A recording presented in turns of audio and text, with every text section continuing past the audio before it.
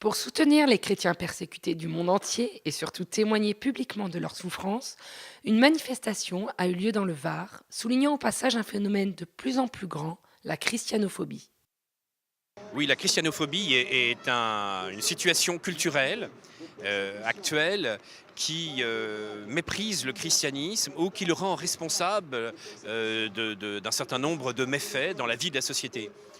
Et c'est un climat qui se traduit soit par des provocations dans la presse, dans un certain nombre d'articles ou dans des caricatures, soit qui peuvent se traduire, hélas, par des profanations qui prennent vraiment un aspect dramatique en France. Et ce n'est pas dénoncé, puisque nous pensons qu'il y a chaque jour une profanation, soit d'église, soit de cimetière.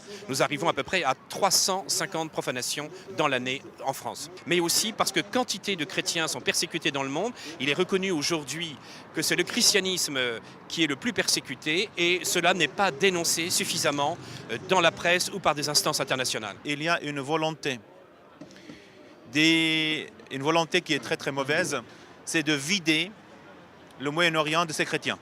Et nous le savons très bien, ils font tout pour ça.